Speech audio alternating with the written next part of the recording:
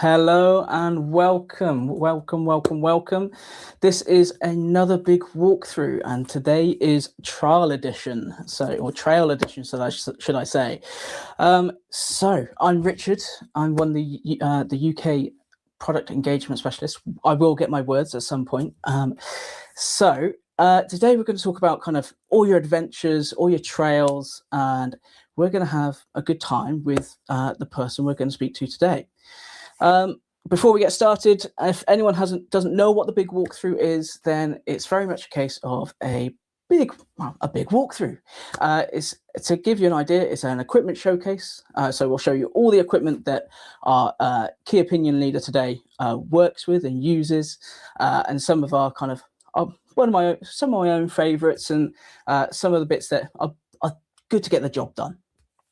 We'll then kind of go through a techniques and settings. So we'll find kind of the settings that, again, our key opinion leader uses. We'll go through some of the computation modes in a basic format. So even if you're a complete beginner and you want to get out there shooting those mountains and that sort of thing, we will give you some tips and tricks and with what our cameras can do to make your lives easier and better to do that. And then we go to our key opinion leader for him to show off all his great images and give you a little bit of inspiration moving forward. So you guys will then want to get out there, shoot, and go crazy. So let's first bring on the slides. So big walkthrough, happy days. We are going to go to the poll. There we go. So there is no Fanny today, so I am looking at your comments. Thank you to everyone that's saying hello already. There is a lot coming through, so I will do my best. As the first time having to look out for the comments, I will do what I can to see them. If you've got questions, if you've want some stuff answered, whether it's a little bit technical or whether it's a bit more kind of inspirational or a bit of a general overview question of adventure photography or trail photography, then please put it in the comments. We will try and get through some as we go through. Otherwise, there is a question time right at the end as well. So please be patient with us whilst we try and do that. As always, we have a bit of a poll. So are you an OM user? Please say yes or no. Also, tell me where you're from. I want to know. There's loads of people coming in already. I saw Florida there, South Carolina. There's a lot of America on board at the moment. I did see some Sweden and Netherlands as well. So hello to all of you, and thank you for joining us. I also want to know today, what do you photograph? Are you photographing portraits? Are you doing street photography? Are you interested in wildlife photography or nature photography? We'd love to know. So please let us know in the comments. We'll try and say hello to people when and if we can. Okay, brilliant. So let's move into introducing our guest. So I got to meet this photographer literally this morning. And already we've been chatting for about 3 hours on and off today. And I got to say, he is a stunning photographer at what he does. Even this image right in front of us is very, very good. I dream to kind of go up the hills and the mountains like that myself one day. He's based in Scotland. He does a mix of wildlife and landscape, so he knows how to go on all those big adventures and get exactly what we inspire and be passionate about as a brand. So let's bring him on. Wayne Robertson, lovely to see you now. Hi there. Hi, Richard. And thanks everyone that's joining in so far. It's good to see you. I see a few names there already that I recognize from my YouTube channel. So yeah, thanks to everyone that's joined in. Brilliant. How are you, sir? How are you? I'm very well, thank you. How are you? I'm good. I'm excited that you're on the show. Like I said, we've only been chatting since this morning, but already we've done a lot of talking, and we've found a lot of interesting. So it's been really, really fun to spend some time with you today. So I've got some questions for you that maybe a lot of people might not even know about you that kind of I want to ask. And the first one's the most basic, and it's always the way. How did you start getting into photography? I guess as a child, I was very interested in the outdoors from a young age before I had a camera. I always loved, being in woodlands, at the coast and so on. And I think the first time I remember photography is probably out walking with my dog. I had some really early simple mobile phone with a horrible camera on it, and I would be saying, "Oh, that's nice," and try to take pictures. And I would enjoy coming back to the computer and looking at them. And from there, it developed. I think I had some compact cameras, and then eventually I bought a full frame camera. And I was really enjoying it for a number of years. And then there came a point where I thought, I'll do this full time. So I went on a number of photography courses, studied it, books, read, ate, and slept photography for a long, long time. And I was either out doing it, I was indoor doing it. And still to this day, if I'm not doing everyday life stuff, it's photography. Nice. Yeah. So, and how did you kind of move that into a professional work then? Well, it was basically making the decision to do it. And I felt I had the skills, hopefully, but I think it can be quite difficult, even if you're a skillful photographer, to make a living out of it. And it's not easy. Anyone that tries it will know it's not easy. But I thought I would try and get some type of qualifications. So I went and actually studied it and got some qualifications for that. But it was just gradually, building things up, trying to get a portfolio of work behind you. I guess you have to be confident that you can do it. And I did initially at the beginning, I did some portrait and wedding photography as well. I was practicing indoors a lot. I had my own lighting setups, flashes, diffusers, reflectors, all that sort of thing. So, and all of that knowledge is useful to some degree for landscapes and wildlife as well. But I think it was always going to be my love of outdoors that headed me towards full-time landscape and wildlife photography. Yeah. I think it's one of those things to make that decision, isn't it? So you get to a point in your life where you have to go, you know what, it's either now or never. If I have to either do this professionally or I have to kind of just use it, keep it as a hobby and do something else. Yeah. When was that real point for you? When did you get to that moment and go, no, that's it, I'm doing this? Well, I think it was probably about, I don't know the exact date, but I think it's about probably 10 years ago now. And I think the point that sort of headed me in this direction was that I was really loving the photography and I felt I was just so passionate about it, I had to do it. And probably my actual job was okay, but I just thought I'd much rather be doing that. So I sort of thought, if you don't give it a go, you'll not know. But you have to give things a lot of thought, and it's not easy to be like a full-time photographer. I think probably slightly easier if you're doing weddings and portraits, but it's been worth it for me, and I wouldn't change a thing about it. And there's a lot of work at a computer. That's, I think, what some people may not initially realize is going to happen. So you're probably indoors more than outdoors, even though you're a nature photographer. But I cherish the time outdoors as well, definitely.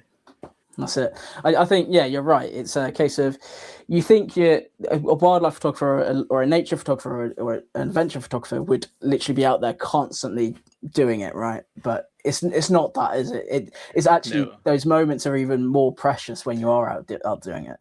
Yeah, absolutely. And I think it's important to consider, if photography is your life or your hobby and you're really passionate about it, can you maintain that enthusiasm and joy if it's your job as well? So I was going to say, so how do you balance that kind of creative passion of kind of the nature side of it to kind of the business side of it? Obviously, it's quite a hard balance, right? It is, because if you're having to spend a lot of time indoors, you're not doing the thing that probably draws you to it initially, which is the time outdoors. But I try to make a lot of time for my own photography as well, as much as possible. And it may be with a view to, I'm going to use the images for something down the line, but I go out a lot trying to capture nice images, but I'm not, making videos, or I'm not running a workshop. I still sort of feel it's really important to do my own photography and spend a lot of time at it. So yeah, I just try and create some sort of balance. You've got to spend the time on the computer and see to things, but you need to, keep your skills up as well and create new photographs to keep yourself inspired, and hopefully others, and the others will be interested in as well. Well, that's the thing. If you don't take the shot, you'll never be in front of the computer, will you? So. Exactly. And not that that's a reward. Yeah, I mean, I'm fortunate as well. I quite enjoy the editing in that, and going through images. Sometimes from wildlife photography, you could come home with thousands of images. But I'm fortunate that, as your skills develop over the years, the amount of time it would take to like cull images and process them, you can, just gradually shrink it down. So I enjoy seeing my images come to life as well. Good. Okay. So just quickly then, before we get properly started, what have you been up to this year, and what kind of is the plan for the rest of the year? So this year I've been looking around a few areas at landscapes. I've been trying to do some updates with my own website. I've been adding on some new prints and stuff for sale. Trying to catch up with the backlog. I've been photographing hares, mountain hares, brown hares recently. I've been trying to spend a bit of time with them. I've been looking at other places I can go. I've been planning some future trips. I'm hoping to get some shots of puffins recently. That's something that's on my mind.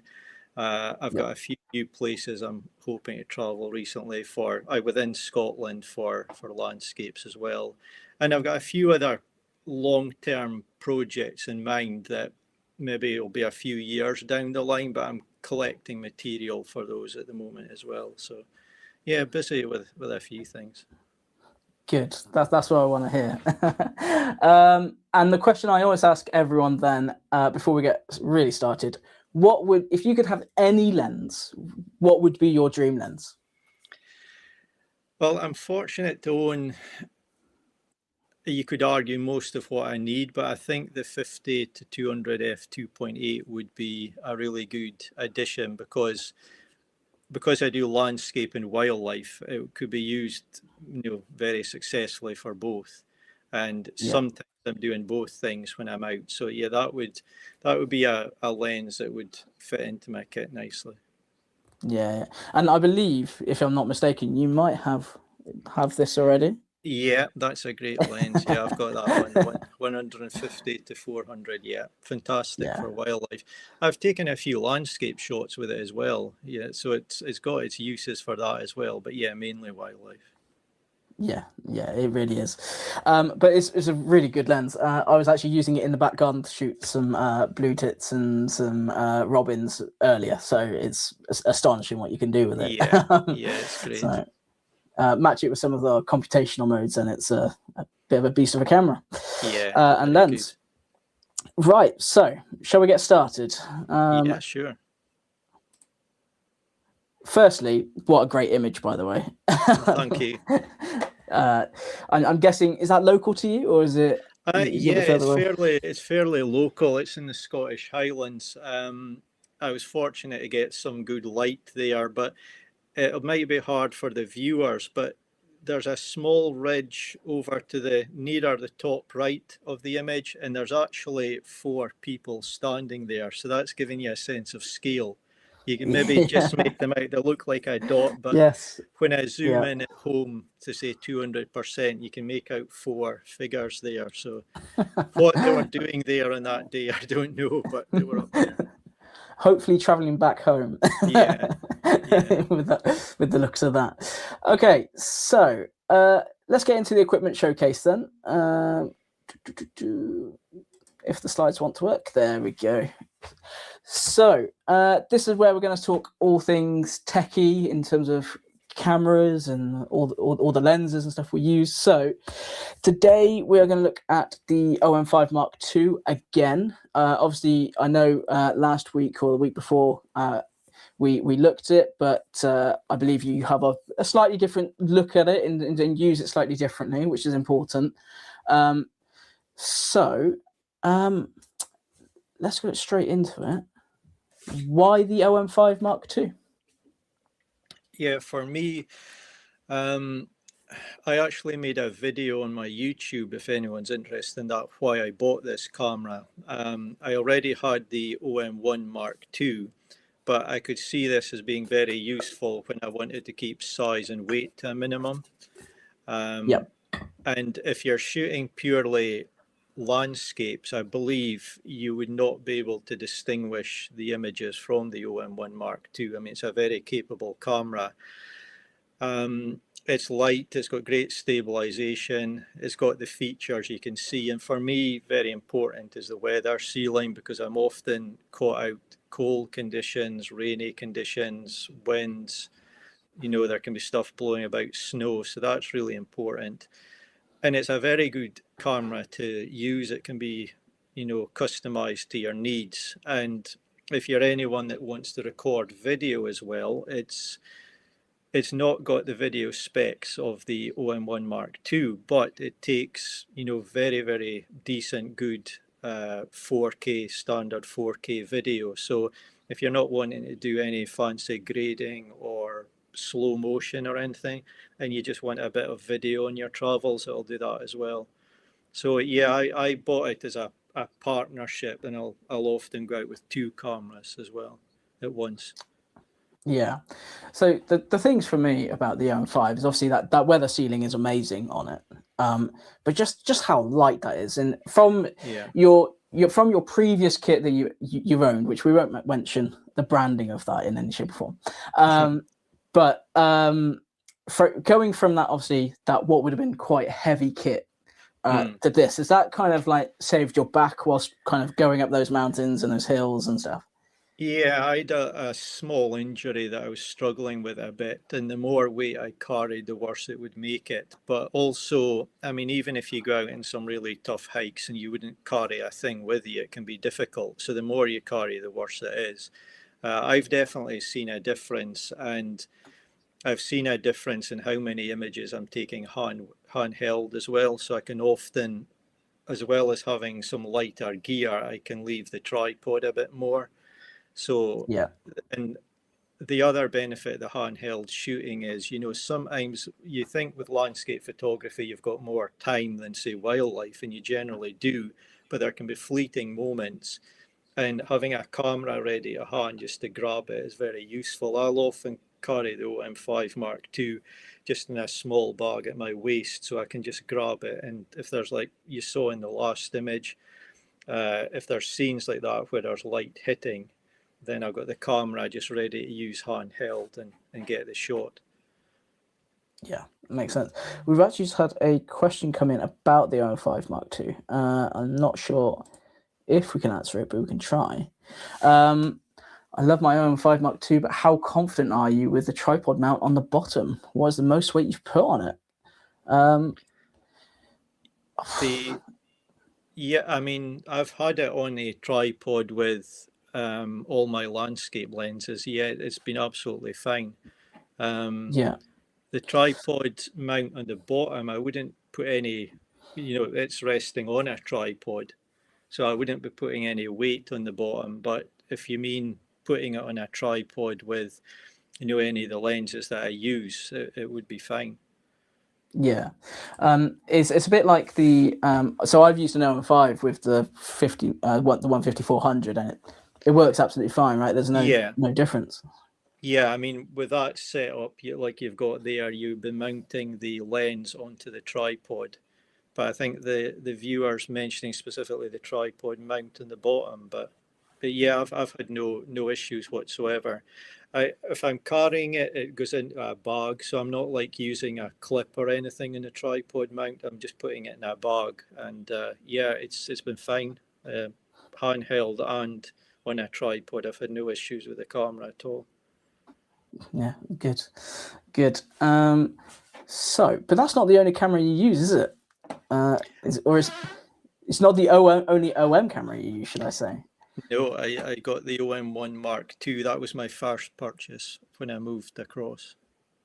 Yes, which looks a bit like that. Yeah, that's it. So, how come you use two bodies then? What's the benefit of that for you? So there's a number of things. I could be using the OM1 Mark II with that lens that you've got there for wildlife, and it's round my neck on a strap, and then just down from that or in a backpack depending on what I'm doing. But I've got the OM5 Mark II with me because often when I'm out doing wildlife I'll see a landscape scene, and it can be a nuisance changing lenses. You may miss a shot. Sometimes you've changed lens to landscape, and then suddenly something happens for wildlife, and you've took off the lens that you needed. The other thing I'll often do is I'll go out with the OM5 Mark II with one of my landscape lenses on it, and on the OM1 Mark II I'll have a different lens. So I've got, say, my 12 to 40 on one of the cameras, and then my 40 to 150 on the other. So if it is raining bad or anything, I'm not having to change lenses and expose the sensor. So I've got the right lens and a camera which does almost equally as well for landscapes ready to go. Yeah, and my point on that is the sensor is not weather sealed. Okay, so yeah, if you do take the lens off, it's not weather sealed inside. Yeah. Okay, so so there is a reason for two bodies there. Obviously, with landscape and wildlife being two separate kind of types of settings, you make yourself more diverse for being able to shoot both at the same time. Yes. Right? Yeah. Yeah. So, in terms of your favorite one out of the two, which one is kind of the one you pick up all the time? I think if I was going out and you could only say bring one, and I was going to have to do both landscape and wildlife, I would say the OM1 Mark II is obviously the technically on paper better choice. But if you're talking about having still being equally serious about the quality of your images, but you're going on a long landscape hike, I would take the OM5 Mark II just because of the size and weight. It's a great camera along with light lenses for tough hikes. Yeah, all those grams matter, don't they? So they do, they add up. And even if it's a case of, if you save camera weight, you could maybe carry some extra, hydration, snacks and so on. It all, if you're going a long way, the total amount of gear you take can go up. You're wanting some food and that with you. So if you can save a bit of weight with your camera gear, the extra water and stuff you're able to carry that as well. That's it. We actually have a question about how you shoot on one of these cameras. So what do you use the preview button on the front for? Or do you use it at all, I guess? Now, on all of my cameras, I have reconfigured all of the buttons. So would this be on the OM5 or the OM1? But either or, on the front, if it's a button on the front, I've got one of them set to instantly switch to a small area focus point. So if I've been doing wildlife and using a bigger area for some reason, I can quickly get to that small point. And on the other button in the OM1 Mark II in the front there, I've got that one configured as well for these two here. Yeah, I've got that one configured for, let me think, zooming in. So I can zoom in to 100% before I take the image and get a detailed look at what I'm perhaps focusing on. and then you can hit it again or hit OK and you zoom out. So that's what I've got those configured for. But if it's only one button, the preview, I believe I've got it set for the small focus point. Yeah, that's actually a great idea. I haven't thought about that, but yeah, that's not a bad move at all, really. Yeah, it's very useful for wildlife as well. Yes, yeah, I can imagine. And I just want to bring up one little last question. Why not another OM1 Mark II as a second body? It's an interesting one. Right, so that's a good one, and I don't want to plug my own videos, but I think I actually covered that in the video I made about why I bought the OM5 Mark II. But it was simply that, you know, if I was doing photography full time, I needed a backup body. So that's the main reason I wanted two camera bodies. But the other reason I took it is simply because it's a bit, obviously there's not a kilogram of difference, but it's a bit smaller and lighter. So if I am carrying two things at once, whatever the reason, it's just less to carry. And Yeah, it's still, it's not as capable as the OM1 Mark II for wildlife, but I could still create nice wildlife images with it in certain scenarios. So, and for landscape, yes, the OM1 Mark II has got more features like the live GND and stronger ND filters and so on. However, the OM5 Mark II is still extremely capable. So I didn't feel I was giving up a huge amount for landscapes by using that camera. makes sense. Yeah. I think from my perspective, I think there's a place for both of them. In terms of what depends on what you're doing, but for those longer hikes, the OM5, like as we said earlier, shredding those kind of those grams make all the difference, right? Yeah. And when you're getting obviously all the same weather sealing as well, so Yeah. for me that's quite an important piece, especially if you're shooting a lot of landscape. So Yeah, it is. Yeah. So hopefully that's enough about the cameras for everyone. Obviously, there's quite a bit of specs on them. The one thing we didn't talk about, which we probably should talk about very, very quickly, is the neutral density filters and the grad neutral density filters inside the camera. Do you use those yet, or you're thinking about using them? Yeah, I've used the high res mode, so I've used it handheld and tripod based as well, and it's very effective. So I would use that if I ever, you know, saw a scene where I think this could work well, and maybe down the line for some reason I want to produce a really large print, or there's just a chance I might, you know, if it's a really like once in a lifetime photograph, I would take the normal shot, and I would definitely try taking it with the high res as well. So I've got that if I ever need it.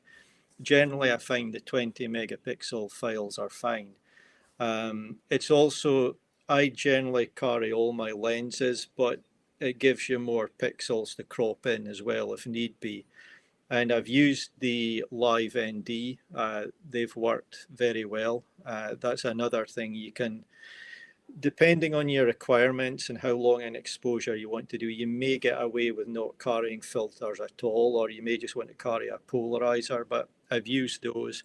I've still to try the live GND. I've not had a need to actually use it yet, but it's something I'll try in the future. Cool. We're gonna move on to lenses now, because I'm looking at time. So, lens-wise, so today I thought we'd kind of discuss the trio kits, as what I would call it. So we do a set of f4s and we do a set of f2.8s, and then obviously we do some big zooms as well. So, or what I would call travel zooms. Take us a little bit through, if you don't mind, about the two that you use on here and just how you use them, if you don't mind. Yeah, so the one I actually own on there is the 40 to 150 f4, but I've got a lot of experience using the 8 to 25 f4 as well, and I hope one day I'll be adding that to my kit. But the 40 to 150 is a fantastic lens for. I use it mainly for my landscapes. It's small, it's light, really good image quality. The snowy mountain scene you saw earlier was captured with that lens. What I like about it is that it's got an extending barrel design. So when you put it in your bag, it collapses very small in terms of height. And my bag doesn't have a lot of depth to it. So once you pack it in there, it's very small and it can sit vertically.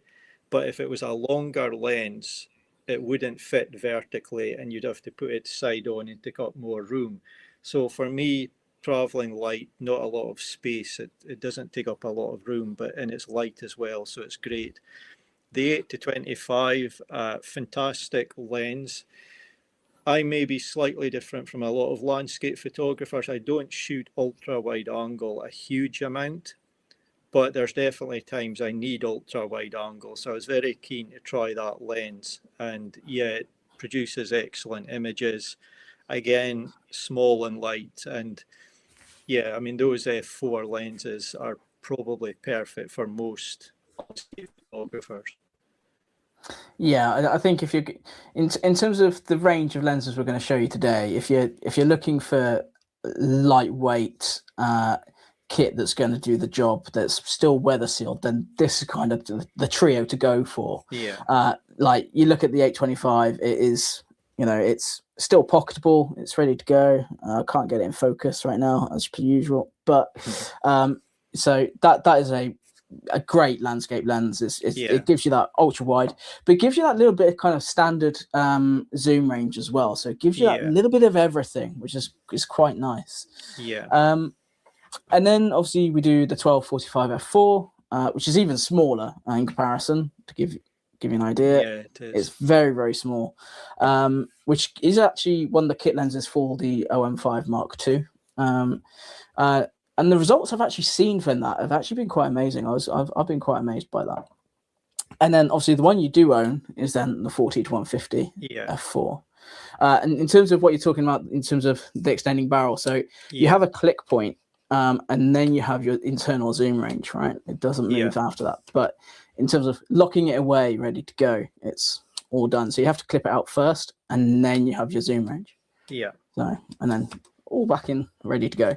And in comparison to the 825, let's try and hold these up together and zoom. There we go.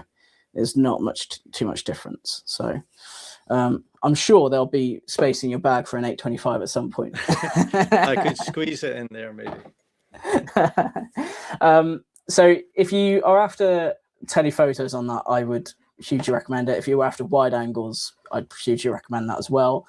In which here are some of your images from both the 825 and the 40 to 150, if I'm sure. Yeah. Correct? Yeah. That's right. Yeah. So obviously the 8 to 25 on the left, the 40 to 150 on the right. The image on the right is probably one of the first that I took with the 40 to 150 lens. As somebody's correctly mentioned in the comments, I believe you also have a 40 to 150 f2.8, and it can take teleconverters. So the only thing to mention is it can't take teleconverters, but I think for landscapes that's not an issue. 150 millimeters, which would be 300 full frame equivalent. That's getting up there for landscapes. So yeah, I think for a landscape lens, it doesn't personally matter to me that it doesn't take teleconverters. But if someone bought a 40 to 150 and they're thinking they may want to use it for wildlife as well, they possibly may want the f2.8 version to take teleconverters. Yeah, I'm not sure if anyone can kind of see. So this is the 40 to 150 f4 without my light shining on it too much. But when we open the lens up to zoom in and out, the back element stays almost pretty still, which just isn't enough depth in there for any of the teleconverters to kind of get in there. So it's a physical thing rather than a formatting thing or a software thing. I think if you tried putting a teleconverter or designed it to put a teleconverter in it, it would just make the lens so much longer. You'd lose that click zoom ability, so or that locking ability. So just the way it is. You have to buy the f2.8 if you want to go further, right? So, but as always, great, passionate lens images there. I particularly like the landscape one. It's very, very nice. I like the colors in the background. It's very good. Yeah, so there's just a little bit of light hitting that peak there, but yeah, those clouds were just drifting across. So it's, again, that was shot handheld. I just saw it happening and I was able to get ready really quickly and just grab it. Yeah, it's really, really nice. So give you guys some examples of what that trio of lenses can do. These aren't shot by Wayne. These are some stock imagery I found earlier, but that 825 with the waterfall image, for example, it's great for that sort of shot. The 1245 gives you that all nice round, kind of gives you that bit of foreground, nice bit of background. And then that 40 to 150, you can just about use it for wildlife if you want after that kind of nice stylized shot. So yeah. So if you're shooting larger subjects and want some of the environment as well, yeah, it would definitely work at the longer end for that. Yeah, in which I think hopefully a lot of wildlife photographers are starting to get into, because I think we've seen a lot of shots over many, many years now of kind of getting in as closer to the animal as possible. Yeah, it'd be nice to see some more cinematic stuff, wouldn't it? Yeah, it's nice to mix it up. I think that probably comes from social media to some degree, because everyone's viewing them in small screens, and maybe the smaller wildlife in the frame doesn't get appreciated in that format. But I definitely agree, it's a nice style to have. It is. So the next set we're going to talk about is the f2.8s. So some people would say this is either a travel kit or a work kit. I've used this kit for travel several times, many times, but I've also used it for probably work a lot more. A good place to start is then obviously the 7-14. Now, if I compare that to the 825 that I was holding up earlier, as you can see, it's quite a bit bigger. And in terms of the end, it is then a bulbous end, so there is no filter thread there. So you'd have to buy a special adapter to sit all that on if you want to do filters. I've used that lens for many, many years. For me, I do a lot of landscape photography with sunsets, so with that bulbous end, it does flare. So I always had to be conscious of that. So I did move to the 825 f4. However, astro-wise, if you need an astro lens for your new OM3 Astro, may I add, then the 714 f2.8 would be the prime lens to go for that. So it does weigh quite a bit more as well. There's a lot more glass in there. But the one that you use out of this range, if I'm not mistaken, is then the 1240 f2.8. Yeah. So why do you use that in comparison to the 1245 f4? Well, one of the reasons is it was a lens I had my eye on anyway when I was considering switching across the OM system, but it was also in a kit with my OM1 Mark II. And I wouldn't say f2.8 lenses are essential to me for landscape photography, but I know from my experience over the years, I would certainly make use of that at times. So I was looking at the specs and the weight difference, and I thought before I bought the camera, I'm happy, that's a small light enough lens, I'll go with it. And I could see myself using the 2.8. And actually on my 20mm lens, I've shot landscapes at f1.8. Some images where I'm wanting a little bit out of focus in the background, some woodland images and so on. So I wouldn't say they're essential, but I do use that f2.8 at times to get a bit of my image out of focus. But yeah, it's a really good lens. I suppose if someone said you could only have one lens, one focal length range for landscapes, that's probably what I would pick, just if I could only have one lens.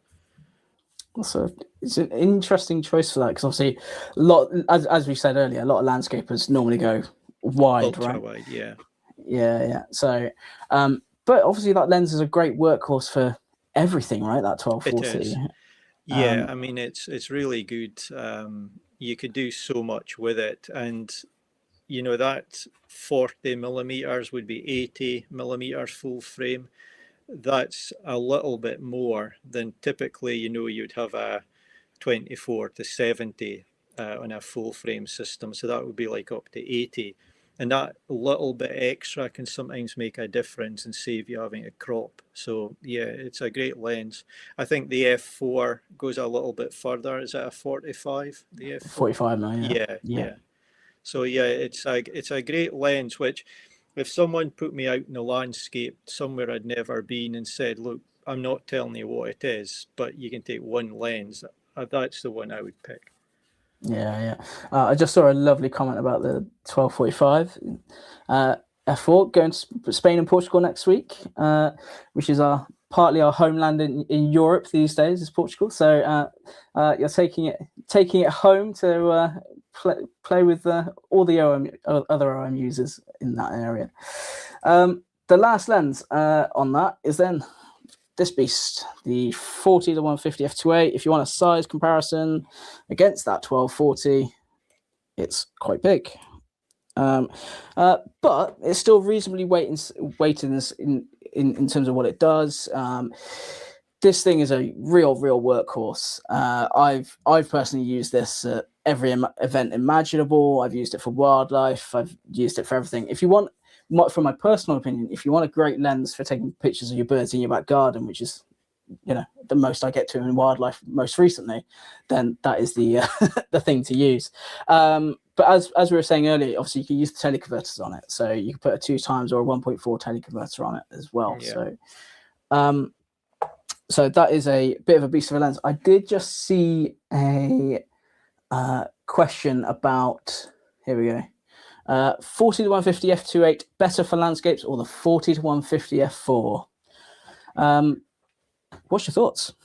Well, I haven't compared them personally, but doing a bit of research, I generally read that, you know, if you're wanting your whole image sharp front to back, you're not really going to see a quality difference between that. They're both excellent. So if you're thinking mainly of weight, I would go for the f4 and small size. But if you think you may want at times to be, you can still blur backgrounds with the f4 lens. It depends on a number of factors. But if you thought you're going to shoot in really low light a lot, or you like shooting out of focus areas a lot, maybe the 2.8, if you can accept the bigger size and weight. Perfect. Could I very quickly answer a question I just saw flash past? I think someone's asked, I think they were asking me, do I use protective filters on my lenses? Yep. Yeah, I do at times. If you're thinking about that, I would just recommend getting really good quality ones. I know OM manufacture these, and that's the ones I use. Now, I've not done any scientific tests, but I don't notice any image quality difference. So if the weather's bad and I'm going to have to wipe the lens for rain, I'd rather use a filter and wipe the filter. Perfect conditions where there's no risk of damage to the lens, I probably wouldn't use one or need one, but I have no problem using them, you know, in poor weather conditions. They don't affect the image to my eye, having studied them. Yeah. My biggest tip on filters in particular is always buy the correct quality of filter to the lens. I used to work in the photographic retail side of things, and the amount of people that would buy a £2,000 lens, for example, and then put a £20 filter on it, and then the next day they'd come back going, it's not sharp. It's the filter. You're not buying the right level of filter, so just make sure you're doing that. And if you're buying from a retail store in particular, make sure you ask for the best filter they possibly do for that lens. And if they come back to you saying it's £20, then ask them again. Yeah, I mean, there's a lot of heated debate online about people swear blind they affect the image, and definitely some cheap, poor quality ones could, But yeah, I think if you get the better ones, especially from your camera manufacturer, then they work Yeah. very well. And maybe someone doing some scientific laboratory tests could find a difference. But I think generally most people are not going to see a difference with high quality filters. Yeah, it's exactly that. Okay, there's lots of love in here for the 40 to 150 f2.8. I think you're gonna have to get yourself one and try it and see if you can cope with the weight. Yeah, I'm aware it's a great lens. The thing that may have stopped me getting one actually was the release of the 40 to 200. So, but yeah, I can see that being a great lens. Yeah, definitely. Yeah. Okay, so let's go to some images. So this is your 1240, if I'm not mistaken. Yes, it is on the OM5 Mark II. Yeah. Yeah. That tree is lovely. However it's done, that is stunning. Yeah, I think there's actually a fallen tree behind it, so I think it's subjected to strong winds. But just very quickly, the thing I like about this image, I think when I'm taking photographs, there's things that subconsciously appeal to us in our brains that we don't realize. I think we're very tuned into lines and shapes and patterns and so on. And there's a number of repeating patterns in the heather. The lean of that tree at the base mirrors the lean of the land. And then the left side of the tree is going up at roughly 40, 45 degrees. That's mirrored by the side of the trees to its right. And then the distant mountains mirror that lean as well.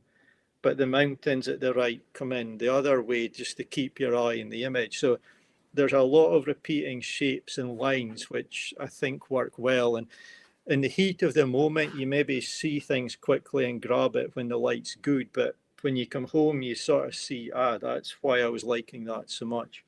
But yeah, I do like some of the lines and shapes in that image. Yeah, it's a lovely image. It really is. Thank you. I did just see a very funny comment. The 40 to 150 f2.8 is very durable. Don't ask me how I know, but it is. I want to know now, John. I feel like everyone deserves to know how you know that. So put it in the comments and tell us. Yeah, so the f2.8 range, if you can carry the weight, is very, very good. And if you're looking for a workhorse kit, it's going to do the job every time. And that's kind of what the range can do. So, you got your 714, which is your ultra wide. If you're doing a bit of astro or it's getting that little bit darker in the day, then obviously it's great for that. The 1240 f2.8, that for me can just do everything. For the fact that you're getting on a full frame format a 2480 f2.8, and that is such a versatile range that it should be doing everything for you. And then that 40 to 150 f2.8, you can get close with it, you can get distance with it, you can put that teleconverter on, go even further. It's a bit of a lens, that. So okay, and we've got travel zooms to do. Here we go. Good old travel zoom. So very quickly, we've got the 14 to 150 f4.5 to 5.6. That is the lightest travel lens we do. If you want up to a 300mm full frame equivalent, it is the thing to go for. I believe some retailers in the UK actually do a kit with that. So that's definitely worth looking for. If you want even if you're going away, like on a city break or something like that, that's a really good option. Then you've got the 12-200 f3.5 to 6.3. This is a 400mm lens, and it's not even like that much more. It is in kind of circumference a little bit, but it's still really lightweight. The only thing to remember about these two, they are not weather sealed. Okay, so don't be going to take them into rainforests or up the mountains and it's snowing or raining on it. That's not going to do this job. Okay. And then you've got the 12 to 100 f4, which in comparison to that 14 150 again is quite a bit bigger. It's bigger, rounder, but that is a fixed f4 aperture up to 200mm, and that is weather sealed. And And if I was going to go out and I had to take one lens with me to do pretty much anything, that would be the way to go. I think I did bring in some comparison images just to give you an idea. Yeah, so and that 14-150 I think is quite an incredible lens. It's quite an underrated lens for what it does. And even that 12-200, if you think you're getting wildlife, you're getting, like, I think, I'm pretty sure that's a moose of some sort. Someone will know that exact breed, I'm sure. But yeah, I think all three lenses are quite an incredible piece of kit. So yeah, if you're after full frame, full travel solutions in one lens, really, really good option. Is there any reason why you haven't ever gone down that route, Wayne? I've always liked to have, because I'm selling prints and everything, I like to try and get the best quality lenses if I can. But the 12 to 200, is it 12 to 100? Sorry, f4. Sorry, it is a 12-100 f4. Yeah, I have made a mistake there. That lens definitely appeals to me.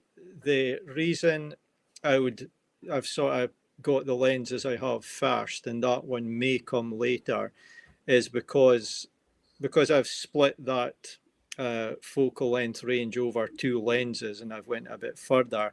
I can go out with only one smaller, lighter lens at a time if I want, into a woodland. But that 12 to 100 would be an excellent lens. You're not going to have to change lenses if you're doing landscape photography. 12 to 100 f4, I mean, that's going to cover most of your needs. And if it's snowing or you're at the coast and everything, you don't want to expose the sensor, that would be a great lens. So yeah, I could definitely see using that one a lot for my landscapes. Yeah, and well, this one's kind of says it all. 12-100 is a perfect lens, always in my bag. Yeah. And this comment as well. So taking the 12-100 f4 and the 8mm fisheye and the 17mm 1.8 to New York in a couple of weeks. That is a hell of a setup. I gotta say, that's a great setup, especially for that sort of area. You're going to take some amazing shots, I'm sure. So, and we've got the answer to how we know the 40-150 is so durable as well. Drops it on concrete from chest height, not a scratch. I love it. That's good. I wouldn't be testing that every day, John, but at least you know it is durable, everyone. I think, if you're going traveling, you want an all lens setup, and you can afford the 12-100 f4. Definitely go that way. I think that's the right choice. So I have a fun last slide on equipment for you, and that's the stuff you need to bring with you, and that is every piece of OM merch you can think of. So if you didn't know, we do socks, we do water bottles. That's actually a hiking umbrella. I don't know what makes it a hiking umbrella. I haven't researched it. I haven't got one, but I want one. But hey, if someone can get me one, that's great. So, and never forget your lens cleaning cloths either. That's a big one for hiking. But I guess my question to you, Wayne, is what else do we need? Very quickly, what else do we need to be going on adventure? Good hiking shoes, I definitely recommend. Good sun protection in the warmer months, definitely, because you can get burnt and you don't realize it's happening. A comfortable way of carrying your gear. What that is may differ for different people. Some people it's going to take a lot with them. Will need a backpack. Maybe somebody's traveling very light and just have one camera. It could be in a strap or a small bag. But yeah, just an awareness of where you're going, how long you think it'll take, making sure your camera gear, your batteries are charged, phone batteries, navigation system batteries are charged, and just stuff like that. Just put in a bit of preparation, because especially like for myself in Scotland at certain times of the year, I mean, I've been up, say, on hills or mountains. It's been beautiful sunshine one minute, and then fog has come in and I couldn't see where I was going. So if I hadn't been prepared, things like that can suddenly become a problem. But yeah, just be prepared. Both in term, I park well in advance. I don't leave it to the last minute. I'm always checking over my camera gear, spare memory cards.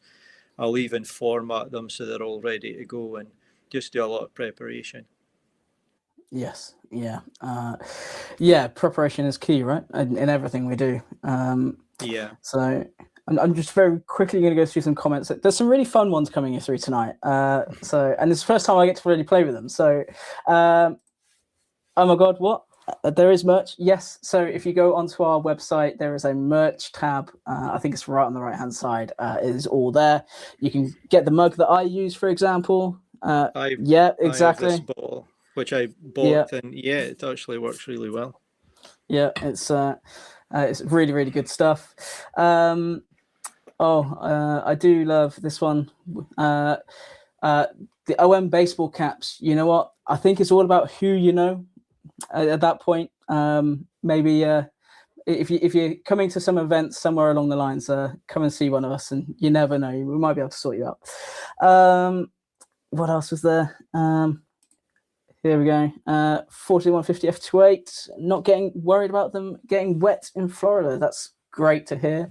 Obviously, that is a quite a place for getting wet in that sort of part of the world.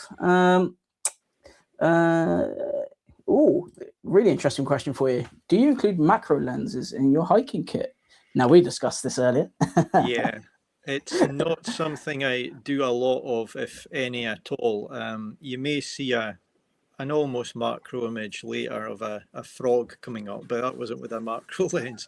But no, it's not something I do a lot, but it's something that's been in the back of my mind to maybe try with. Often, I find there's quite a lot of stuff going on, and I've got some ideas of stuff I'd like to try, and I've just not had the time yet. But yeah, I'm sure in the future I will get into that a bit more. Good. And I'm just going to answer this question. Yes, the discussion, I know we normally play for an hour for this, and we're kind of third of the way through. So yes, this session is available later on our OM Systems YouTube channel. So yes, not at all a problem. And very lastly, just swapped from a Canon R8 to OM5 Mark II. Very satisfied. That's what we want to hear. Rob from Sweden, thank you very much for that. So, okay, we're done with the equipment bit. That's all good. Hopefully you guys kind of know why we're talking about OM5s a lot. It is your perfect travel buddy going up those mountains. And as you've seen, there's a lot of great lenses there to choose from as well. So we're now going to go into settings and techniques. And this is where I always say there is no right or wrong in terms of settings. It's always going to be different. Every image you take is going to be different. This is just Wayne's kind of general purpose kind of tips for you in terms of where you should be if you're a complete beginner and you're looking to kind of take landscapes or wildlife. This is kind of the basic places you should be thinking about in terms of your settings. So, mode dial. It's one that I brought in last week. But Wayne, where do you normally sit on the mode dial? So for landscapes, it would be manual. For wildlife, I shoot manual and sometimes manual with auto ISO as well.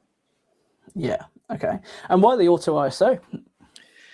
It would be in situations, for example, if I was going through a woodland and the light is constantly changing, and typically I'd want to get my subject in good light. However, at times there may be a subject's in the shade and your ISO may need to vary quite wildly. So it just saves me a bit of time. I've got exposure compensation on I think it's a front dial, so I can alter that very rapidly. But yeah, if there's changing light, I prefer auto ISO, but if it's more consistent, I'll just use manual ISO. Yeah. And what would be your tip to an absolute beginner then in terms of learning what all the functions do on this dial? So it's quite an intimidating dial when you first look at it as a complete beginner, right? Yeah, I mean, it is. it's if you have a look at the manual, these are pretty standard across all cameras. But the thing that stands out to me is the custom mode. So yeah, for a beginner, you'll need to read up about manual aperture priority and so on, and pick what you think will suit you best. You could use a few of them. You may settle on only one, but there's no right and wrong. It's just what works best for you. But if, like me, you shoot say, landscape and wildlife or a couple of different genres and your settings are going to be wildly different, definitely make use of the custom modes there. So I make use of, I think, all four of them in my OM1 Mark II. I've got different setups there for different stuff. That's interesting because I don't use the custom menus, but I feel like I should because a lot of people have been speaking to me about them.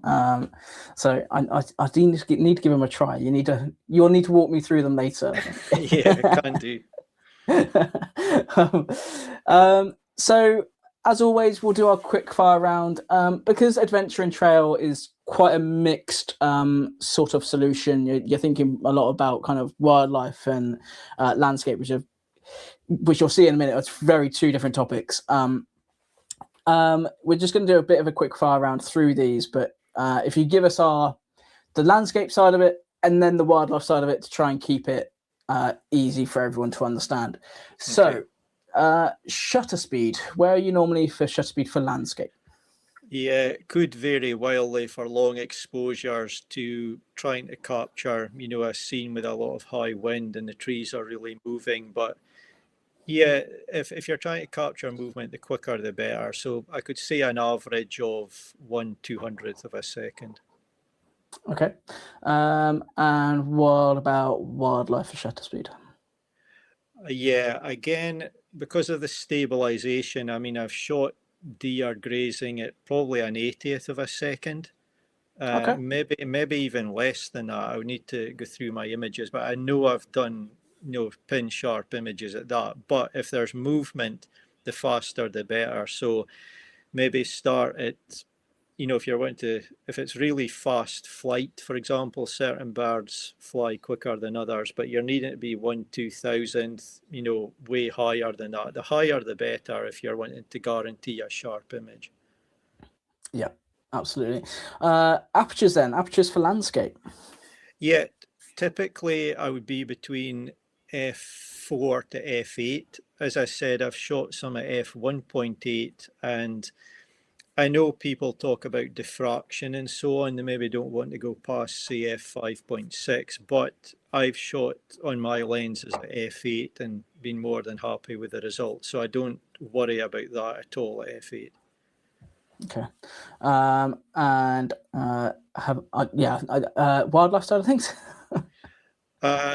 Generally, if for most things the lens is wide open, so it's f4.5 on my lens or f5.6 if I switch on the internal teleconverter. But if there's perhaps a couple of subjects not quite aligning, maybe one behind the other, I may shoot at f11 to try and get a bit more depth of field. Okay, nice. If I want them both sharp, that is. Yeah. ISO for landscape. Yeah, I mean, most of the time will be the base ISO of 200. But if there's very fast wind movement or something and I need to really up my shutter speed, the ISO will creep up a bit. Say in a dark woodland, a lot of wind movement, there's not much light. If I want a fast shutter speed, I'll put the ISO up. And yeah, I probably would never need to go above 800 at most, I think, for landscapes, but I'm keeping it at 200 as much as possible. What about wildlife?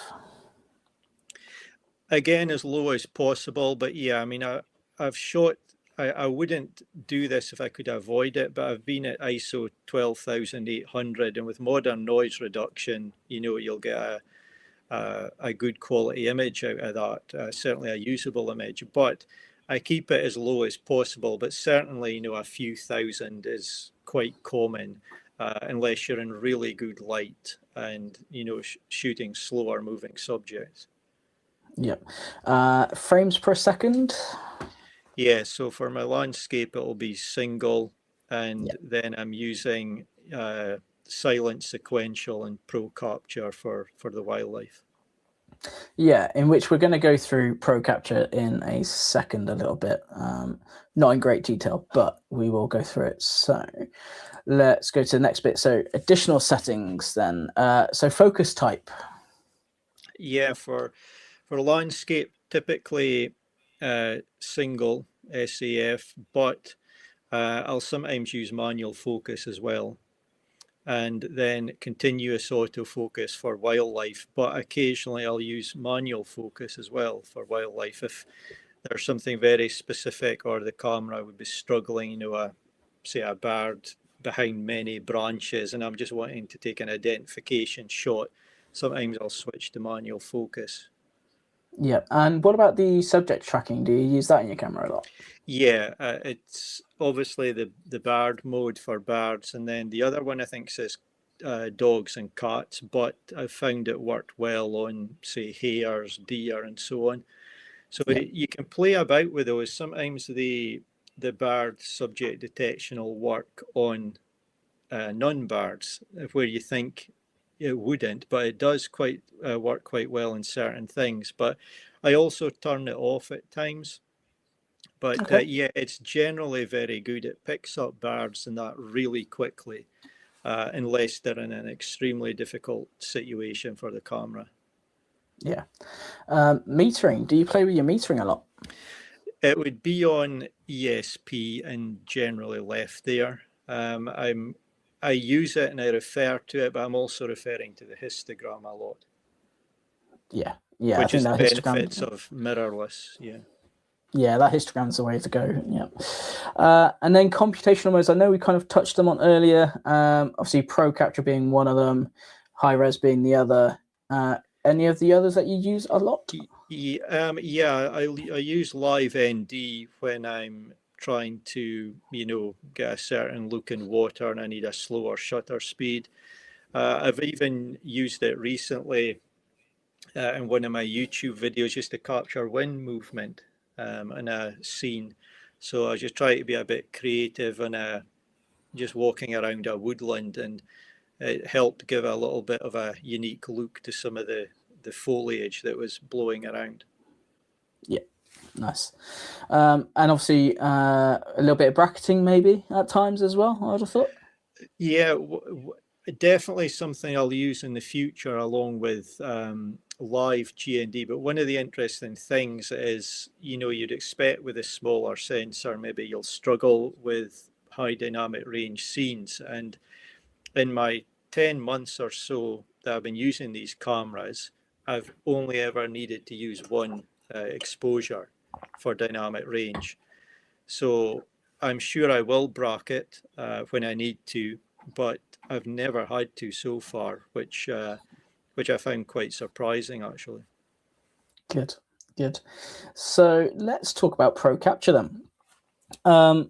So Pro Capture, for those that don't know, essentially means you can basically take a buffering amount of shots before you actually take your shot. That is up to 120 shots in total, depending on the camera model you have. And then you have normally three options on your camera. So you've got Pro Capture as it is. You've got Pro Capture 1, which is then fixed AF and metering all combined. That'll give you your 120 on OM1 Mark II.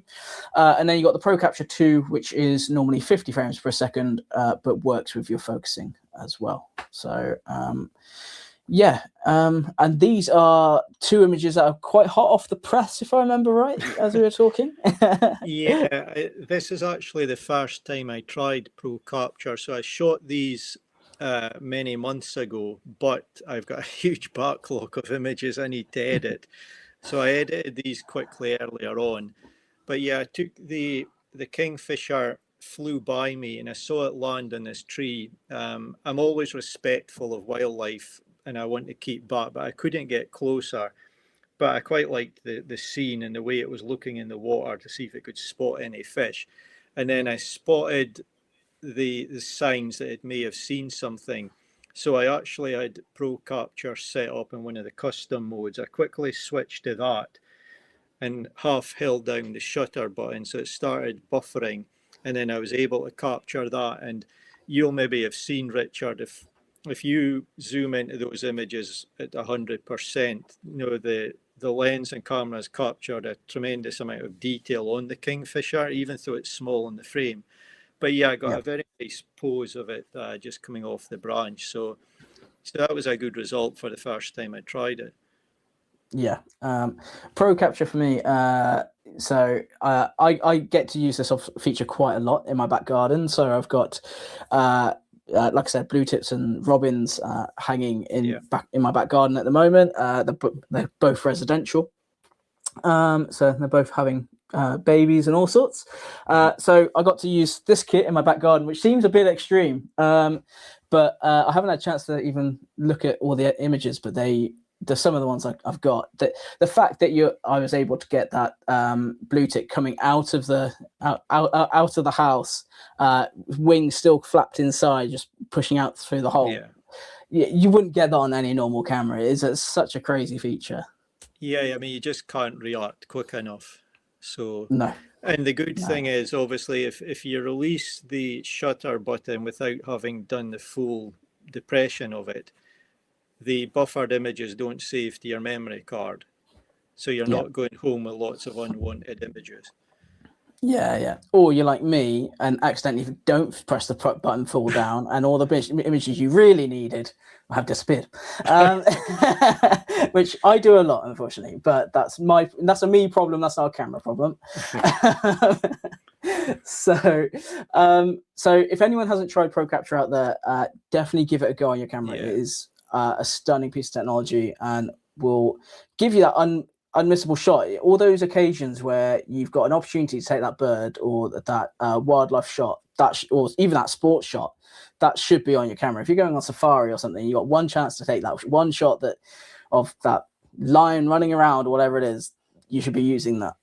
Absolutely. Yeah.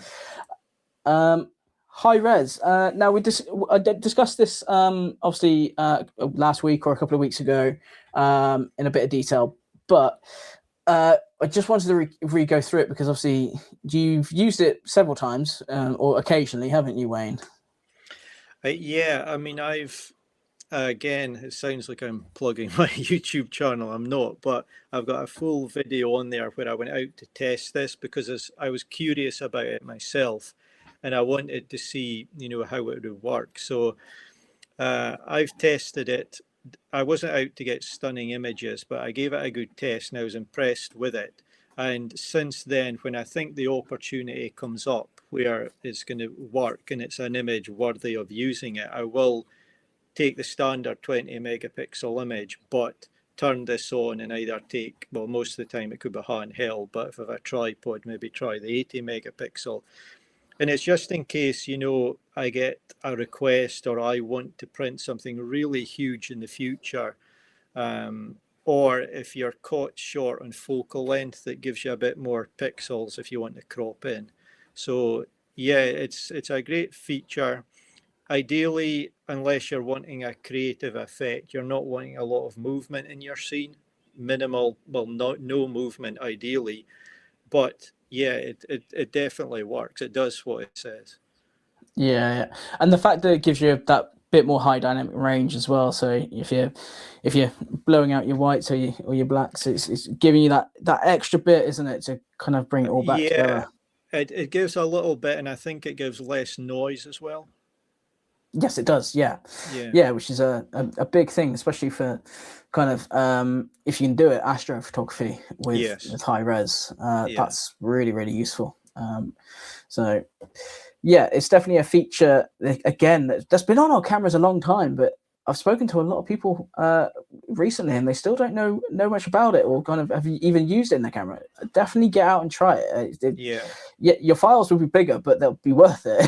Yeah, the only thing it may depend on your post-processing software, but you would see in that video I made, I found that you need to apply a bit of sharpening to the images and then they really shine up and look really detailed and sharp. So when you look at the raw file, that's what I found in Lightroom. People may find something different in different software, but once I tweaked the sharpening, they looked really, really good. Yeah, and is that something like almost like what 5-10% or something? It's not massive, I imagine. No, it's not massive. I would just gauge it myself, but I did have to boost it a bit more. Well, actually, I don't touch sharpening normally, but I did had to add a significant amount. But it wasn't huge. It wasn't like 50 points. It might have been. Yeah. I can't remember, something like 20 or something like that, roughly. But just experiment, and then you'll see that detail and sharpness come to life. Yeah. And do you do so? If you are doing high res, are you doing it with the OM1 Mark II or the OM5? I've done it on both. Okay. It works. Fine. Yeah, just the same. I think the OM5 Mark II, once you take them, I think there's like a busy progress indicator comes along. Yeah. I think the OM5 Mark II takes a little bit longer before it finishes doing its work, but other than that, yeah, they both work fine. Yeah, that's all down to the processors. Both cameras have a different processor in. The OM1 Mark II obviously has the best processor, so it will react faster. It also depends on your memory cards as well, so just make sure you have really fast memory cards to be able to write all that information. I mean, that's a fair point as well. I'm probably using faster memory cards in my OM1 Mark II for wildlife, but yeah, the processor as well might just slow it down a bit. Yeah, absolutely. Could I quickly answer? Someone's asking the Pro Capture. That was on my OM1 Mark II. And for the other one saying, how would Pro Capture work with back button focusing? When I'm in that mode, I typically don't use it, but you can. I think you can hold down back button to do your focusing and just half press the shutter button and it'll work fine. Yeah, it's kind of almost designed that to work that way more so. So yeah. Okay, and the last thing we're going to talk about in terms of settings and techniques was bracketing. So obviously in terms of the bracketing menus, we have a lot of different options. So we have exposure bracketing, focus bracketing, white balance bracketing, flash bracketing, ISO bracketing. I could keep going on, I suppose. But exposure bracketing, it's all built in camera, which astonishes some people, especially a lot of landscape people. They don't realize it's there. But can you just kind of talk us about kind of, for those beginners out there, what auto exposure is? Because some people might not even know. Yeah, if someone wants to do an exposure bracket, is that what you mean, Richard? Yeah. So basically, if there's cameras have got a limited amount of dynamic range, so capturing the blacks through to mid-tones through to pure white, the dynamic range of the scene. And if you can't capture enough of that dynamic range in one image, you can do exposure bracketing. So typically I'll set up my first exposure to be the best I can. I may see some of the highlights are clipping and some of the blacks are clipping, but I'll get it the best I can. And then I'll turn on exposure bracketing, and I would typically only need one image which is a bit darker, so that'll capture the highlights that were clipping in the other image. And then I'll take another image that's a bit brighter, so the dark areas that were clipping in my middle exposure, they'll be fine. And then in your post-processing software, you can do it just automatically for you. It'll combine the three. But as I said, one interesting thing is I've found that one exposure's typically been enough. I think the image that was up on screen a little while ago with the skeletal tree and the snow and the shadows, that was a high dynamic range scene. And I have edited the image in a manner which reflects what I saw. But if I darken it, you see so much detail in the clouds. And if I brighten it, all the dark areas in the trees, I can still see them clear. But that doesn't reflect how the scene looked. So I've left the brighter areas a bit bright and the darker areas a bit dark. But yeah, you may be surprised what you can do in one image. but exposure bracketing, definitely for certain scenes you'll want to use it, or the live GND perhaps. Yes, yeah. That's another way around it.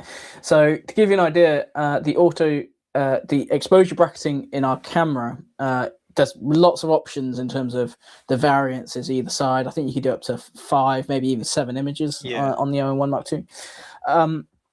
But just to kind of let you guys know, obviously that doesn't put them all together automatically. So that's only giving you the bracket of images. If you want all those together, then you would use the HDR mode. So the HDR mode will then kind of bracket for you, but then give you a finished JPEG of all those stitched together. So if you guys want to play with that feature, it's quite useful. It gives you quite a different set of exposures to play with, and you never know, you might actually find that you actually learn a lot from it, in terms of you might actually think you overexposing sometimes or underexposing. It gives you that benefit of the doubt. So and I should have pointed out I'm shooting the raw files when I do that, just to get the maximum dynamic range. But as you said, you can do the HDR in camera and get a JPEG. Yes, yeah, exactly that. And then whenever we talk about landscapes, we always get asked about focus bracketing for it. And it's not something I normally do, because if I'm going to do it, I would just do it separately personally, but I probably should focus bracket by also to try and also exposure bracket at the same time. So I end up taking like 50 shots and trying to pin them together in the end. So is focus bracketing on your list to kind of try in landscapes? Or? Yeah, I'm aware it's in camera, and I'm going to try it. Typically in the past, I've always done it manually, but I probably do it a lot less than many people. So sometimes in my photography, I will be happy or think it's better to have some of the image slightly out of focus, sometimes in woodlands, for example.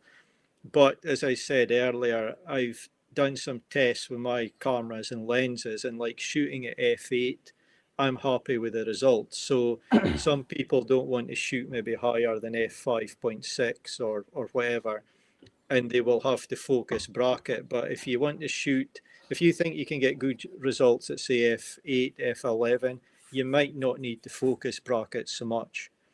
But I'm going to look at it in camera, because the times I do want and need to do it, it's going to save me some work from manually focusing and taking a number of images.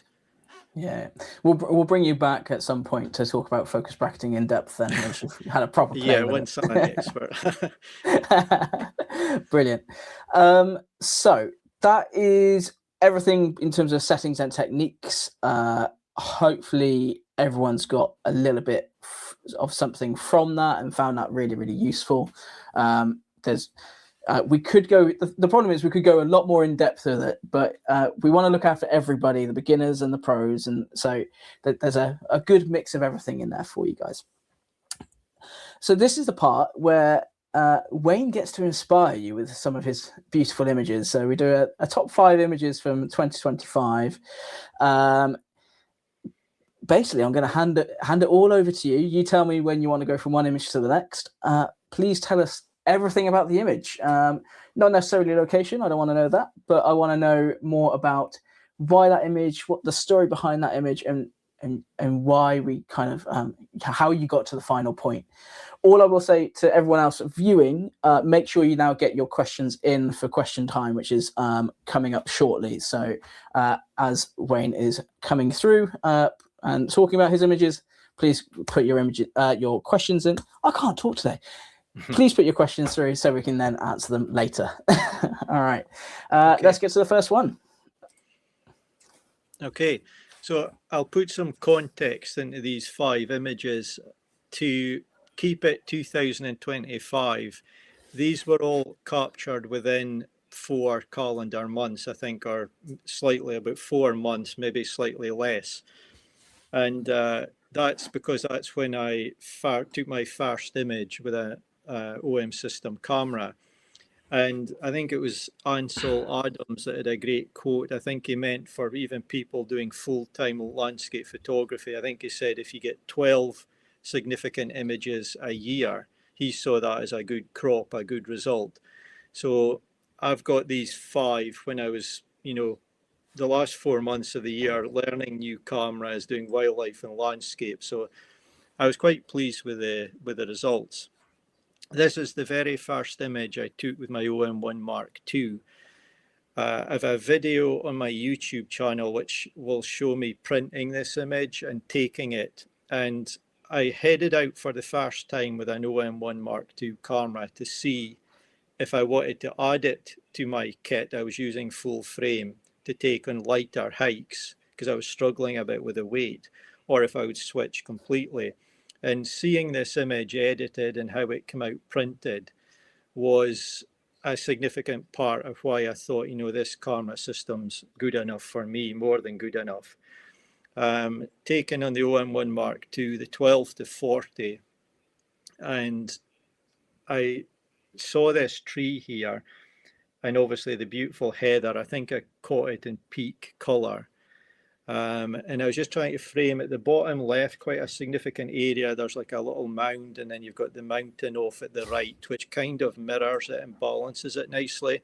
And it was just a case of aligning the tree in the perfect position. There's trees behind it and getting that little U shape off in the distance. And I had composition's key. I got a nice sky and some clouds as well. And I think photography is about capturing moments in time, and you'll see a lot of new pine trees they are growing. So that scene, I might not be able to photograph that in a few years. Once those trees grow, the distant view will be blocked. So yeah, I was very happy with that for my first image with the camera. Nice. I love the pinks in it. I think that really makes the image, how the pinks then merge into those blues, and kind of then you bring the attention into the tree and then into the mountains. Very good. Yeah, I mean it's got a really nice detailed trunk as well, a very old tree. So yeah, I was happy with that. Nice. Next image. So again, this was when I was out trying to learn the OM1 Mark II for wildlife, get used to the configuration of it and so on. I was exploring a new area, looking for wildlife, and I'd been there a number of times, and a few of those times I'd seen a sparrowhawk go in and land in some trees, but I couldn't identify where it was going, the exact tree. So one day I thought, I'm going to go back there into that area with camouflage, really conceal myself and just wait around. And after a while, I could hear the little birds getting anxious, and I seen this bigger bird pass in front of me, and being very careful to move as little as possible, I saw it up in a tree, and I got a number of shots. And then I was delighted it came down into this water and started bathing and drinking and so on. And I think it was something like 14, 15 minutes that I was able to watch this bird, and it was completely unaware that I was there. And on my YouTube, I've got a video about the experience. There's probably about 30 photographs of this bird in it, and lots of video clips taken with the OM1 Mark II. And yeah, I thought it did a great job. So I was very happy with that I'd made a good choice for my wildlife photography as well. Yeah, that's it. Is the one thing I like about it, weirdly, from an abstract point of view, is the blurriness of the water of the reflection of the bird. It kind of makes it. Yeah, and I like the way the bird, it's not looking at me, it's slightly off to the side, but the fact the head comes down, there's that nice curve, whereas if it had been looking at the left, the beak and so on would have interrupted the curve. But yeah, it's just nice when you can get something almost looking straight towards you. Yes, yeah. Shall we go to the next image? Yeah. Now I love the greens in this. This is stunning. Yeah, this is captured using live ND. I may have a note. I think it was a 0.4 second exposure, and it's captured a really nice look in the water, which was flowing into the image. And there's a lot of little things I like up at top right, there's almost a nice little umbrella that just holds that top right corner of the frame. And then down from that, there's like a dead or fallen over tree, which just leans into the left. So it kind of just directs your eye and keeps it back into the flow of the water. But yeah, some nice autumnal colours there.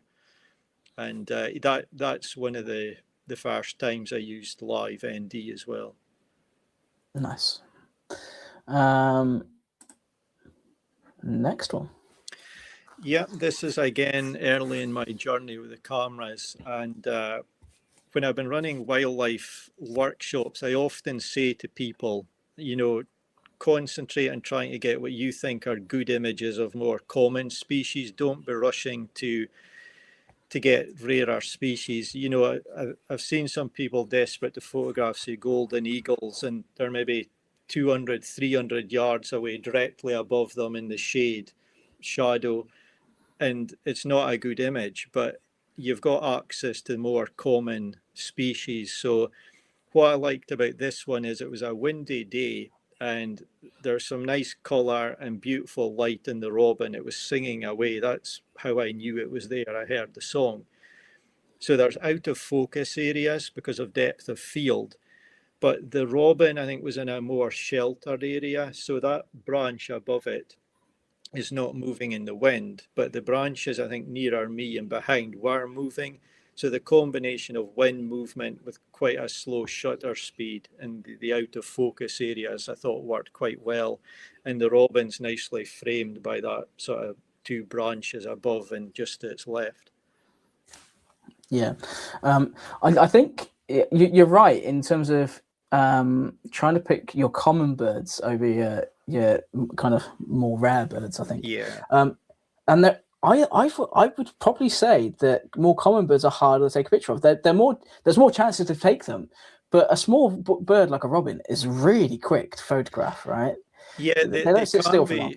Yeah, I mean, some of the robins are quite inquisitive. They might come to you, but you're right. Sometimes they're feeding and they're spotting insects and they're moving around. But yeah, I would much. I don't like to say my images are good, but I would much prefer for myself that image than, as I say, a golden eagle or a fox would be considered a bit rarer to some people, or an otter or anything. If it was miles away in poor light and a poor composition, I would much prefer an image I'm happy of a common bird than something much rarer, but it's not as good a photograph. Yeah, and for me, again, you've got that storytelling in there. You've got the context of everything of its surroundings.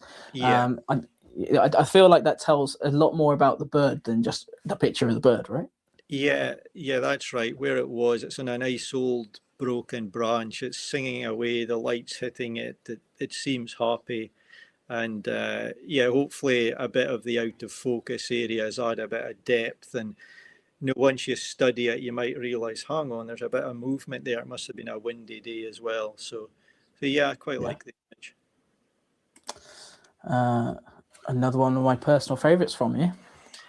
Yeah, this was taken with the 8-25, and I spotted this very old characterful tree, and I think that's actually the base of a tree which has fallen over to the left. So it was quite a complex composition, trying to figure out how to align everything. But the idea of putting that sort of loop near enough the middle of the frame and have something at all four corners. So I think that works quite well. And then my camera with the 8-25, I think I was shooting at 8 or 9 millimeters. So my camera was incredibly close to that fallen tree. So it's kept, it gave it some impact in the shot. And then it's pushed away the background and made it smaller and look like it's longer than it probably is away from me. So yeah, I think it was quite an overcast, cloudy day, and you can see just over to the right under that tree in the water, the light was just trying to break through. So there's subtle light there. It's not golden light, it's not sunrise, it's not sunset, there's not light rays, but often that subtle light can help reveal the character and textures and trees and so on. So it's a nice, soft, gentle light to work with. Yeah, the one part I like about this image is that when you first look at the image, it looks like there's a separate bush above the water on that bottom right hand side, when actually it's a reflection. Yes. It's quite misleading in that respect. Yeah. There's a few little details. I think there's actually ripples of there was raindrops in some of the trees, or moisture drops in the trees, and there's a ripple there, and then you've got the reeds coming out of the water that just in the curve of the tree. So I quite like woodland images and shots like this, where the more time you spend looking at it, the more little details you can pick out. Yeah, is the curvature part, so the bit that's in the middle, the kind of the bit of the tree that comes out and Yeah. curves completely around, is that still there? I don't know. I've not checked since, but yeah, that would be part of the root system, I believe. Yeah. Well, I've got a challenge for you. I want you to go back and shoot through that hole and just see what that would look like. I think that'd be an Yeah, amazing shot. yeah, that'd be So, interesting as well. Yeah. yeah, so there we go. And that was the last image. So thank you for inspiring us on that. Makes me want to go out and shoot completely. So Yeah, it's good. and Thanks. you've kind of left us with a frog, I guess. Yeah. Which again is hot off the press, if I remember right.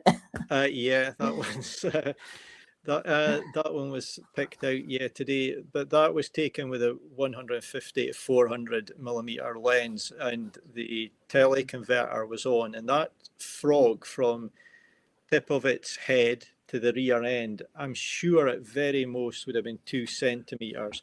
I was walking along in a woodland, and I was lucky. I was scanning my feet and looking around, or I could have stood in it. And I think the good thing, or one of the good things about that lens, is the minimum focusing distance. I think it's something like 1.3 meters. So that's how close I would have been, probably at the minimum focusing distance for that Yeah. lens with a teleconverter on. And you almost puts you into the frog's world. Yeah. So yeah, I mean, those blades of grass and that beside it, they're just tiny, and the frog is tiny, but yeah, I think it looks quite nice. I quite like it. And the camera or yourself, you've literally got the eye in focus. It's gone straight for that eye. Yeah, I think That's it pretty picked it impressive. up. It did pick it up, actually. Yeah, the subject recognition picked it up. So that helps, because at times like that, it's not that comfortable being lying on the ground, and if you're struggling to focus as well, it makes it harder. But yeah, I was quite pleased with that shot. Good. We're just getting a few comments about people coming in a bit too late and that sort of thing. Don't worry, this is all saved onto our OM System YouTube channel under the live section. So yes, don't worry, you've missed a lot, but you can still get it all back later. Don't worry, you can watch it all through. So thank you for joining though, and you might as well see the end, and then you can recap the rest later when it's all finished. So a few things from me then. Again, thank you, Wayne, for giving us some inspiration to go out and shoot. I will definitely go out and try some of the settings and techniques you gave us. And I hope you accept my challenge of shooting through that hole in the tree. I'm sure I will. I'm sure I will. So, actually, I've got a last question for you. Have you ever watched the film The Life of Walter Mitty? You ever got a chance to watch that? I don't think so. No, No. it doesn't Okay. ring a bell.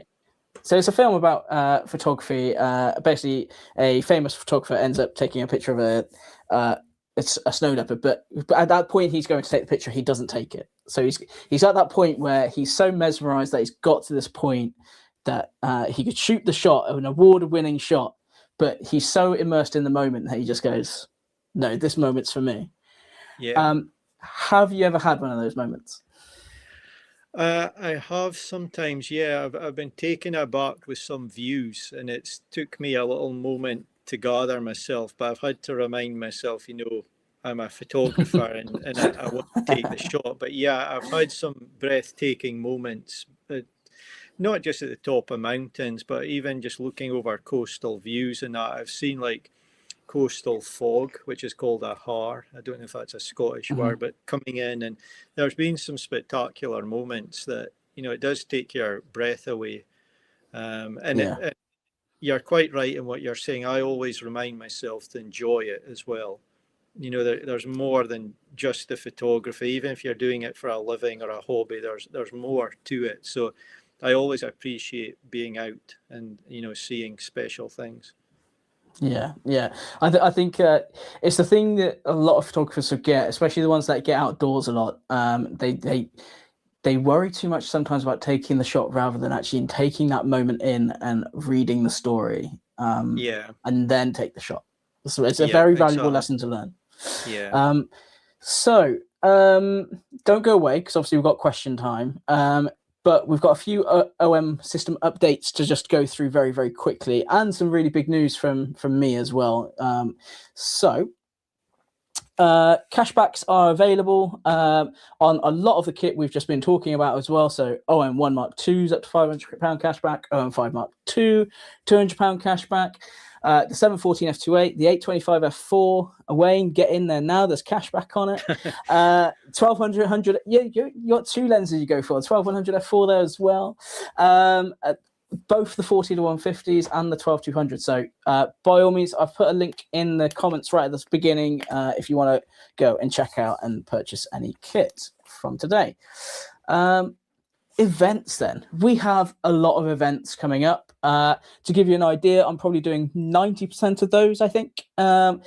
If you didn't get to see OM Talks last Friday with me, Claire, and Luke, the second one is coming on the 29th of May. Go and check out the first one. You get to find out more about me, you get to find out more about Luke, who obviously we've both just started in OM.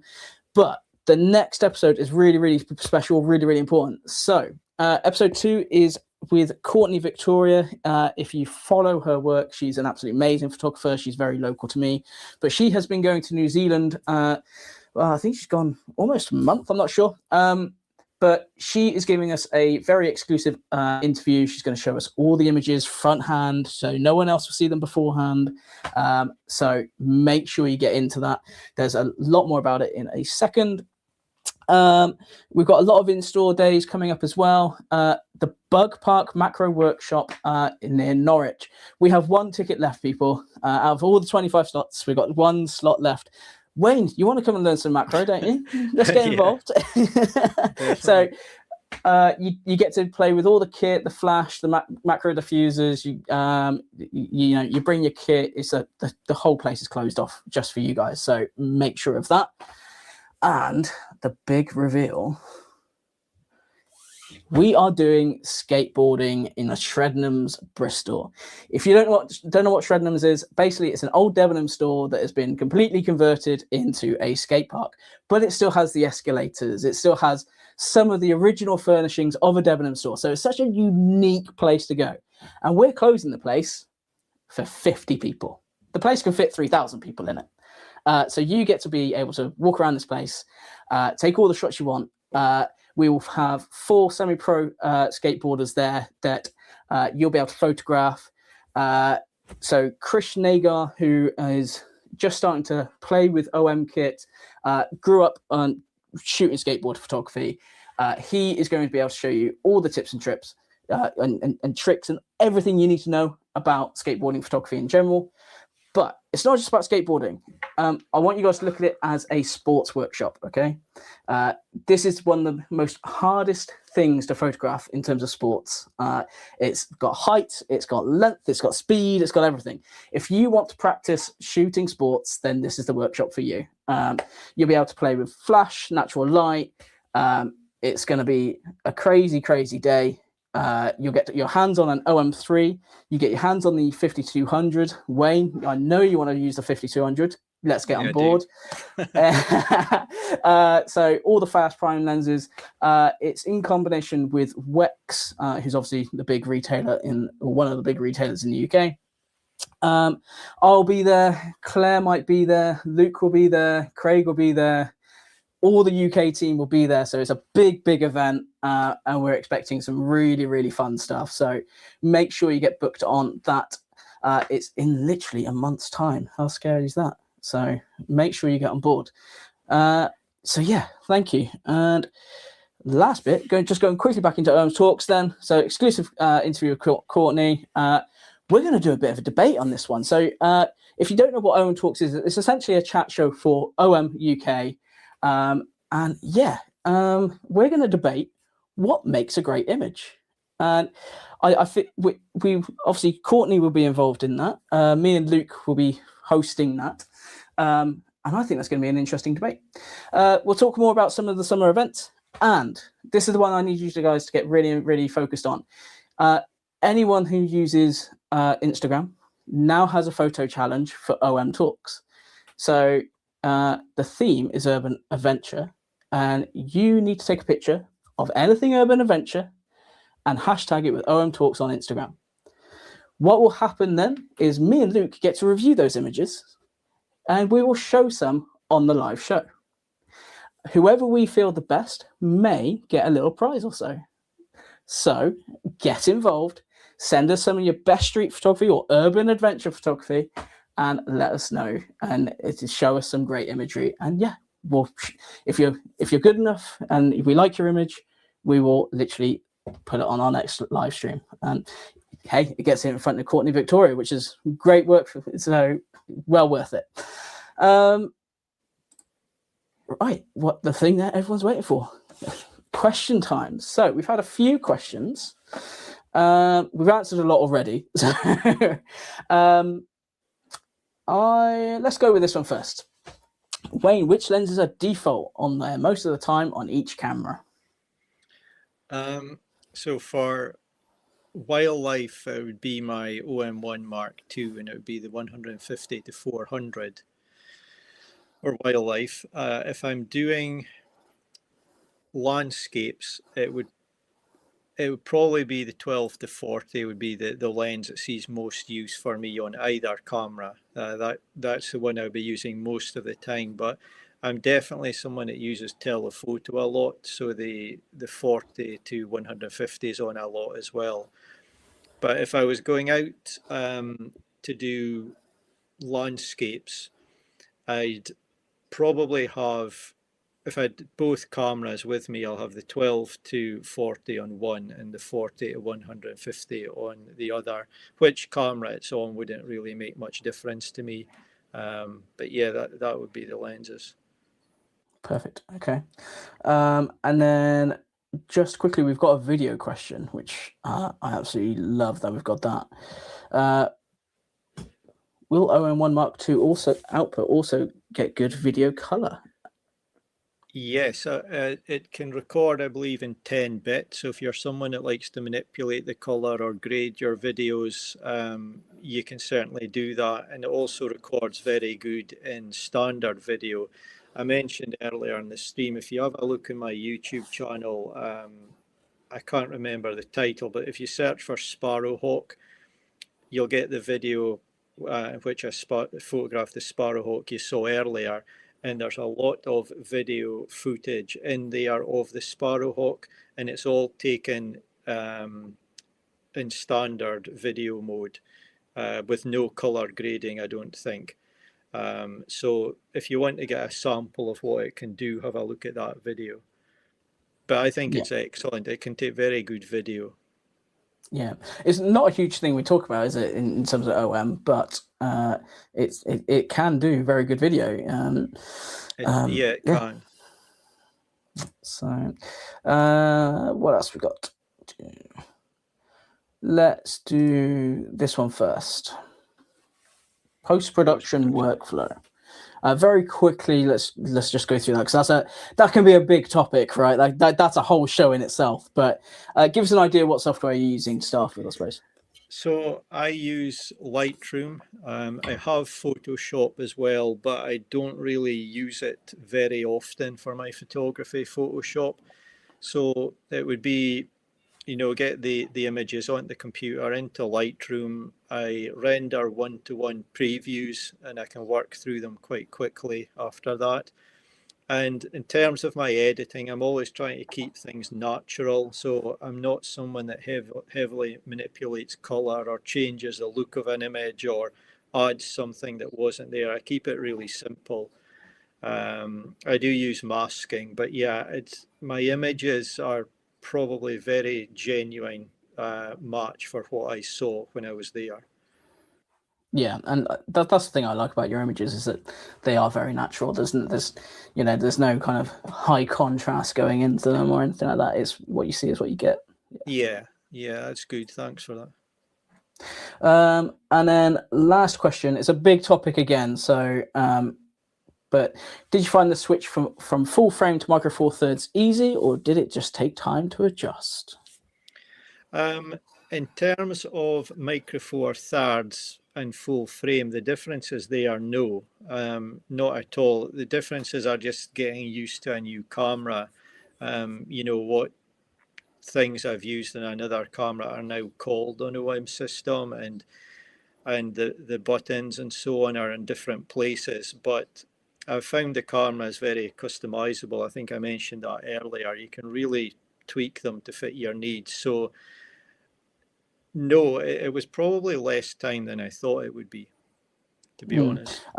And to give you an idea, it was about 6 to 10 months ago, did you say? I've been using it for over 10 months now, yeah. Yeah. But yeah, some of the images you've seen today were captured in a very short period when I was getting to grips with the cameras. This image here that you're seeing now, the hair has been captured in the last few days. But I have a huge backlog of images taken with OM system, even going back longer than that I need to edit. But yeah, no, it's not a difficult switch, and there's been a few surprises, good ones. This sounds terrible. I sound like a salesman, but if you want to look at my YouTube channel, the latest video, I talk about the last 9 to 10 months with these cameras, and you'll hear my true experiences there. And I've found benefits from it. One of the things is faster workflow, because the smaller files, Lightroom works with them so much quicker than higher megapixel files. So yeah, it's been an easy switch. Good. Thanks, that's Paul. what I will do. Brilliant. I think that is the end of the questions. So all this to say is thank you, Wayne, for coming on, showing us all your amazing images. Thank you for teaching us everything, the bits that you can divulge with us and kind of tell us without telling us all your secrets. And thank you to the audience for making a great show, lots of comments, and thank you for everyone that's kind of said hello. There's hundreds of them, so I can't put them all up. We'll be here for another hour or so, and we're already going to the second hour. So thank you for everyone getting involved. And yeah, hopefully let's look forward to the next one. It's going to be based on street photography, so a bit of a different mix altogether. So should be interesting. Again, thank you everyone, and we'll see you soon. Thank you very much. Thanks everyone that's watched, and thanks to you, Richard. That's been good. Thank you very much. See you soon.